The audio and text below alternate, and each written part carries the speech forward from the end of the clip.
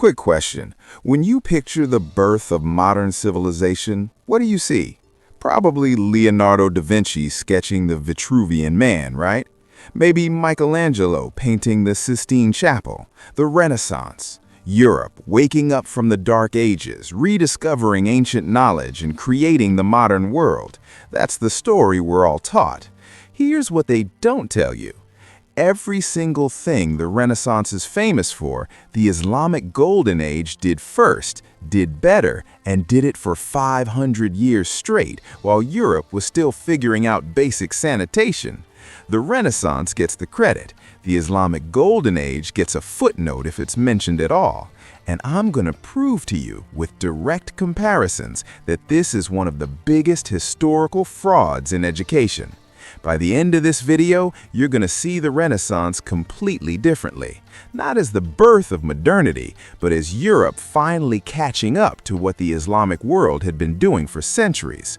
But here's the thing, this isn't just about correcting history. This is about understanding what actually drives revolutionary change versus what just looks pretty. And Media Point exists because the most important stories are always the ones that challenge what everyone thinks they know. If you're ready to have your entire understanding of Western civilization flipped upside down, subscribe right now. Because once you see this, you can't unsee it. And every history book you've ever read is going to feel like propaganda. Let's do this. The Renaissance, roughly 1300 to 1600. 300 years, centered in Italy, spreading to Northern Europe, famous for art, humanism, and rediscovering classical texts. The Islamic Golden Age, roughly 750 to 1258, some argue to 1500, 500 to 700 years, spanning from Spain to Central Asia, from North Africa to India. Famous for inventing entire fields of science and fundamentally changing how humans understand reality. The Renaissance was a cultural and artistic revival. The Islamic Golden Age was a scientific and intellectual revolution. That's the difference. Let me show you. The Renaissance is famous for rediscovering ancient Greek and Roman texts that were lost during the Dark Ages. Sounds impressive until you ask where those texts were. They were preserved, translated, studied, and expanded by Muslim scholars during the Islamic Golden Age. The House of Wisdom in Baghdad wasn't just a library, it was a research institute. Scholars were paid to travel across continents, collect texts in Greek, Persian, Sanskrit, and Chinese, translate them into Arabic, and then improve them. They didn't just preserve Aristotle, they corrected his errors. Ibn Rushd, known as Averroes, wrote commentaries on Aristotle that European scholars later used to understand Aristotle. When Europeans rediscovered these texts in the 1100s and 1300s, they weren't reading Greek originals, they were reading Arabic translations and commentaries. So the Renaissance didn't rediscover ancient knowledge, they discovered what Muslims had been doing with that knowledge for 400 years. That's not revolutionary, that's catching up. Let's talk about the scientific method. The idea that you observe, hypothesize, experiment, and draw conclusions. Francis Bacon is credited with developing this in the 1600s, except Ibn al-Haytham did it 600 years earlier. His book of Optics, written in the early 1000s, is the first rigorous application of experimental science, controlled experiments, reproducible results, hypothesis testing. This is the foundation of all modern science, and it came from a Muslim scientist while Europe was still relying on Aristotelian philosophy without testing anything. Mathematics. The Renaissance produced some advancements, sure, but the Islamic Golden Age invented algebra. The word literally comes from the Arabic al-Jabr. Al-Khwarizmi wrote the foundational text in the 800s. The word algorithm comes from his name. Muslims developed trigonometry, spherical geometry, the decimal system, the concept of zero as a number. Europeans were using Roman numerals until they learned the Arabic numeral system from Muslims. Try doing advanced math with Roman numerals. It's nearly impossible. The entire mathematical foundation of the modern world comes from the Islamic Golden Age, not the Renaissance. Medicine. The Renaissance had Andreas Vesalius doing anatomical dissections. Impressive. But 400 years earlier, Al-Khwarizmi was running clinical trials, distinguishing between diseases through observation and writing medical encyclopedias. Ibn Sina's Canon of Medicine was the medical textbook in European universities for 6 centuries. 6 centuries! It covered pharmacology, anatomy, diagnosis, treatment, and surgery with a level of detail that European medicine wouldn't match until the 1700s. Islamic hospitals were the first to separate patients by disease to prevent contagion, the first to use anesthesia during surgery, the first to have specialized wards, and the first to treat mental illness as a medical condition rather than demonic possession. Renaissance medicine was cutting open corpses to see what was inside. Islamic medicine was performing cataract surgeries, setting broken bones with plaster casts, and developing pharmaceutical compounds. There's no comparison. Astronomy. The Renaissance had Copernicus proposing a heliocentric model, groundbreaking, except Muslim astronomers had been challenging geocentric models for centuries. Al-Biruni calculated the Earth's radius within 15 miles of accuracy in the year 1037. He did this using mathematics and observation. Ibn al-Shatir developed astronomical models in the 1300s that Copernicus later used without attribution. Muslim astronomers cataloged thousands of stars, developed the astrolabe to extraordinary precision, calculated planetary movements, and mapped the heavens with accuracy that Europeans wouldn't achieve for 300 years. Almost every bright star has an Arabic name: Betelgeuse, Rigel, Aldebaran, Altair. That's because Muslims did the astronomy first. Chemistry. The word comes from Arabic al-kimia, alchemy. Jabir ibn Hayyan in the 700s and 800s is the father of chemistry. He developed distillation, crystallization, and experimental techniques that are still used today. He isolated acids. He created the foundation of experimental chemistry. The Renaissance had alchemists trying to turn lead into gold.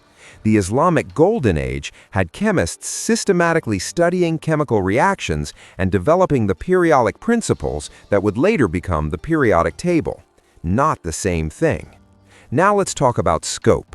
The Renaissance was centered in Italy and parts of Northern Europe, maybe a few million people involved.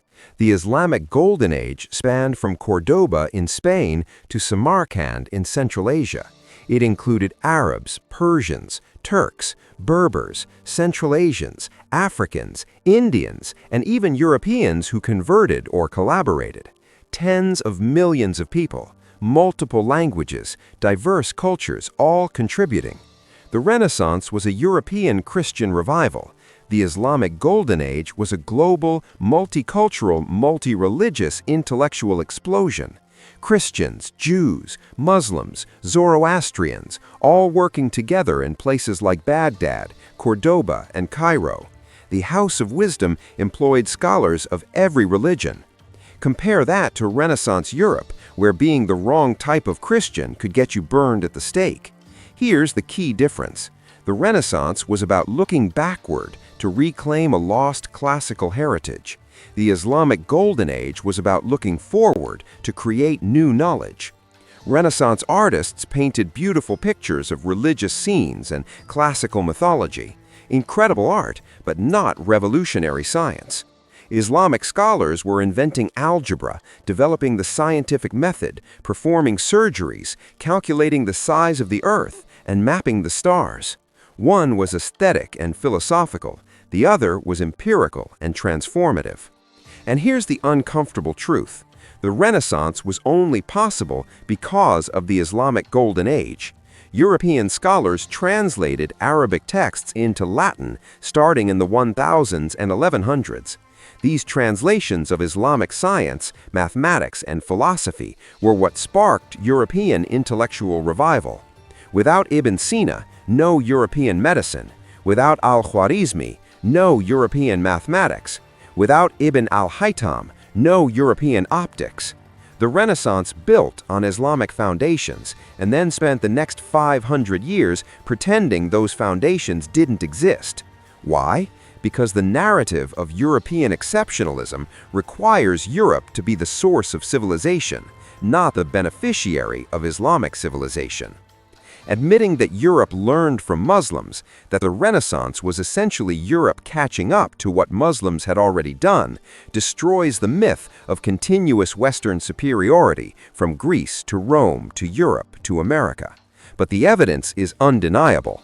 The vocabulary of science is full of Arabic words: algebra, algorithm, alcohol, alchemy, alkali, zenith, nadir, azimuth, almanac, arsenal, average, cotton, lemon, sugar, coffee. These aren't just words, they're concepts that didn't exist in European languages because Europeans didn't have those concepts until they learned them from Muslims. The Renaissance lasted 300 years and produced beautiful art and some philosophical advances. The Islamic Golden Age lasted 500 to 700 years and produced the scientific method, modern mathematics, chemistry, advanced medicine, precision astronomy, and the institutional structures like universities and hospitals that define modern civilization. One was revolutionary, the other was a revival. And the revolutionary one gets erased, while the revival gets celebrated as the birth of the modern world. That's not history, that's mythology. So here's what you do with this information. First, every time someone praises the Renaissance as the beginning of modern science, mention the Islamic Golden Age did it first. Second, recognize that civilizations build on each other. The Islamic Golden Age built on Greek, Persian, and Indian knowledge. Europe built on Islamic knowledge. That's how progress works. Third, question any narrative that presents one culture as the sole source of genius. Knowledge is cumulative and collaborative. And fourth, understand that the erasure of Islamic contributions isn't accidental, it's ideological. Because admitting Islamic civilization was more advanced than European civilization for most of history complicates the story of inevitable Western dominance. But reality doesn't care about narratives. The Islamic Golden Age was longer, broader, more scientifically productive, more culturally diverse, and more foundational to modern civilization than the Renaissance. That's not an opinion. That's documented, verifiable fact. Now, if this completely changed how you see the history of science, if this made you realize that the story you were taught is incomplete at best and deliberately misleading at worst, you need to subscribe to Media Point immediately. We find the narratives that got buried, the truths that got erased, and the patterns that explain why history is written by the winners, not the truth-tellers. Smash that like button, because this needs to reach everyone who thinks European civilization invented modernity. And comment below, tell me what other historical narratives need to be challenged, because I guarantee there are dozens more just like this. Stories where the real innovators got erased, and the people who came later got the credit. I'll see you in the next one.